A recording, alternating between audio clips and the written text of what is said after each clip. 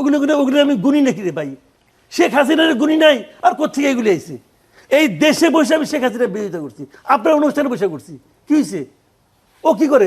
দূরে বসে গলির কুত্তা গলিতে ঘেউ ঘেউ করে, আসুক না এখানে। ইলিয়াস হোসেন একজন মেয়েদের নিয়ে যে সমস্ত কথাবার্তা বলে, আপনি যে কোনো একজন মিনিমাম ইসলাম ধর্ম যেন বুঝে জিজ্ঞেস করেন তো, এইভাবে কথা বলার পর তার ভিতরে কি ধারণা হয়? যা তা বলতেছে যার তার সম্পর্কে। তো এগুলি কি?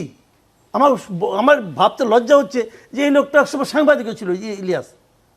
যে কথা বলে কোনো লাভ আছে নাকি? আসে না কেন দেশে? এত বড় বিপ্লবী তারা, চেগুয়ে ভাড়া হয়ে গেছে, আসে না কেন দেশে?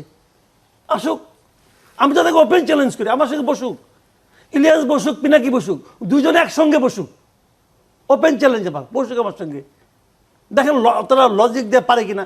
এই পিনাকি তো আমার নামে মানহানি মামলার জন্য উকিল নোটিশ পাঠাইছিল, উকিল নোটিশ। তখন আসলে যেমন নাস্তিক কাফের এই ট্যাগিংগুলো যেমন এখন অনেক বেশি হচ্ছে, সেরকম আমরা দেখি যে অমুক দেশের এজেন্ট, তমুক দেশের এজেন্ট, সেই রকম ট্যাগিংও কিন্তু অনেক বেশি হচ্ছে। আপনাকে গত কিছুদিন টকশোতে দেখা যায়নি, কিন্তু ফেসবুকের মাধ্যমে আমি জানলাম যে আপনি যে দেশের এজেন্ট সেই দেশে পেমেন্ট আনতে গিয়েছেন। এই বিষয়ে আপনি যে দেশে গিয়েছিলেন সেই দেশের ছবি দিয়ে, আপনার ব্যক্তিগত ভ্রমণের ছবি দিয়ে সেটি বলা হয়েছে যে উনি যে দেশের এজেন্ট সেখানে উনি পেমেন্ট আনতে গিয়েছেন। ফেসবুকে একজন ইউটিউবার, আমি নাম না বলি এখানে, নাম বলেন, আমি নাম না বলি, আমার ধারণা আপনি নাম জানেন। আমি নাম জানি, কিন্তু আপনি বলেন না, আপনি বলতে লজ্জা পাচ্ছেন কেন? না, আমি লজ্জা পাচ্ছি না। পিনাকি ভট্টাচার্য দিয়েছেন। পিনাকি ভট্টাচার্য কোথায় থাকে? ফ্রান্সে থাকে। ফ্রান্সে কিভাবে গেল? ইন্ডিয়া থেকে গেছে। ইন্ডিয়া কিভাবে গেল? এখান থেকে চোরাই পথে গেছে। তো চোরাই পথে ইন্ডিয়া গেলো, তার কোনো ইমিগ্রেশন সিল ছিল? সিল ছিল না। তো সিল না থাকলে ইন্ডিয়া থেকে পার হয়ে ব্যাংকক কিভাবে গেল? তার মানে ইন্ডিয়ার কোনো এজেন্সি তাকে হেল্প করছে। তার মানে ইন্ডিয়ায় তার প্রচুর লোকজন আছে, কে কোথায় যায় না যায় সে সঙ্গে সঙ্গে বুঝতে পারে। আমাকে বুঝতে পারছে। হ্যাঁ, আমি এখন কাহিনী বলি। আমি ইন্ডিয়া গিয়েছি, আমার ছেলে সেখানে পড়ে, দার্জিলিং আমার ছেলে পড়ে, তাও আজকে 3-4 বছর আগের থেকে। ঠিক আছে, ছেলের পরীক্ষা শেষ, তাকে আনতে ছেলের মা বাবা গেছে। যাওয়ার পর আমার ওয়াইফ বলছে আমি একটু আজমির দেখে যাব। আজমির সে যাবে, আজমির তারপর নিয়ত ছিল গেছে। আপনি তো যে কোনো কারণেই যেতে পারেন। গেছি না, আমি এখন আমার কোশ্চেন হলো কি, আমি কখন বাথরুমে যাব সেটাও কি ওর কাছে বলে যেতে হবে?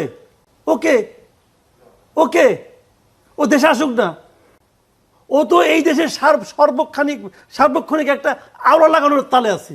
আজকে সে বিএনপির গাইলায়, কালকে এনসিপির গাইলায়, পরশুদিন ডক্টর ইউনূসের গাইলায়, আর ওর তো আর অন্য ওর ফ্যামিলি কাহিনী আর না বললাম, ওখানে গাইলার কেউ নাই। এগুলো বলে তবে লাভ নাই। কে কি বললো না বলতে কিছু যায় আসে না আমার। আমি একজন আচ্ছা ঠিক আছে, আমি যাওয়ার কয়েকদিন আগে, আমি যাওয়ার কয়েকদিন আগে খলিল সাহেব গেছে, খলিল সাহেব গেছেন ওই দেশে, এবং খলিল সাহেব নির্ধারিত দিনের একদিন আগে গেছে। কেন একদিন আগে গেল কেন? টাকা আনতে গেছে, টাকা আনতে গেছিল খলিল সাহেব। তো ভাই এইগুলো হলো কি, শুনেন, আপনি যখন রাস্তায় হাঁটবেন তখন অনেক কুকুর আপনার দেখে ঘেউ ঘেউ করবে। আপনাকে প্রত্যেকের কাছে যাই বলবেন ভাই তুমি কেন ঘেউ ঘেউ করতেছো, আপনি বলবেন? বলবেন না আপনি। আমি কিন্তু উত্তেজিত, কিন্তু কাজে কে কি বললো না বললো, আমি ভাই রাস্তার কুকুরকে বদার করি না, সিম্পল আমার কাছে। কিন্তু এই ধরনের ট্যাগিং এর রাজনীতির সামনে আপনাকে হয়তো তিনি বিব্রত করতে পারছেন না, বা আপনাকে হয়তো তিনি আমাকে রাগান্বিত করতে পারছেন, কিন্তু আরো অনেক মানুষ তো আছেন যে যাদেরকে এই যে ওই দিন গুজার গেছে না, ওইটা এক সময় ছিল। রাজনৈতিক বিতর্কের সাথে রাজনৈতিক বিতর্ক, ন্যারেটিভের সাথে কাউন্টার ন্যারেটিভ আসবে, কিন্তু এই যে এই ধরনের যে নাস্তিক, মুরতাদ বা হচ্ছে অমুক দেশের দালাল, এই ধরনের ট্যাগিং গুলো সাম্প্রতিক সময়ে অনেক বেশি বেড়ে গেছে। এই ট্যাগিং গুলো যখন ছিল ওনার দ্বারা অনেক কিছু হইতো, উনি এবং ওনার আরেক সাংঘাত আছে আমেরিকাতে, এরা মিলে আগে অনেক কিছু করতো। এখন এদেরটাকে পিঁপড়া নড়ে না। এরা একবার বলছিল না সিবি ভাঙবে, কেউ গেছিল? যায় নাই। আরেকদিন বলছিল না আর্মিতে কু হচ্ছে, সবাই রাস্তায় নামেন, এটা পিপিলি কেউ নামে না। 32 নাম্বার ভাঙতে অনেকে চলে গিয়েছিলেন, আগের বার গেছিল, ওই তো তখন গেছিল, এখন তো আর যায় না। এখন পাবলিকে বুঝে ফেলেছে ওদের অন্য ধান্দা আছে। এই সময় ধান্দাবাজ দেবে দেশ চলবে না। ওরা আছে দেশে একটা আওলা লাগাইয়া অন্য কোনো দেশের সুবিধা করার জন্য, ওদের ধান্দা হলো এইটা। বিশেষ বিশেষ দলকে, এই যে ইলিয়াস হোসেন একজন মেয়েদের নিয়ে যে সমস্ত কথাবার্তা বলে, আপনি যে কোনো একজন মিনিমাম ইসলাম ধর্ম যেন বুঝে জিজ্ঞেস করেন তো, এইভাবে কথা বলার পর তার ভিতরে কি ধারণা হয়? যা তা বলতেছে যার তার সম্পর্কে। তো এগুলি কি? আমার ভাবতে লজ্জা হচ্ছে যে এই লোকটা একসময় সাংবাদিকও ছিল, ইলিয়াস। যে কথা বলে কোনো লাভ আছে নাকি? আসে না কেন দেশে? এত বড় বিপ্লবী তারা চেগুয়ে ভাড়া হয়ে গেছে, আসে না কেন দেশে? আসুক, আমি তাদেরকে ওপেন চ্যালেঞ্জ করি, আমার সঙ্গে বসুক, ইলিয়াস বসুক, পিনাকি বসুক, দুজনে একসঙ্গে বসুক, ওপেন চ্যালেঞ্জ আমার, বসুক আমার সঙ্গে, দেখেন তারা লজিক দিয়ে পারে কিনা।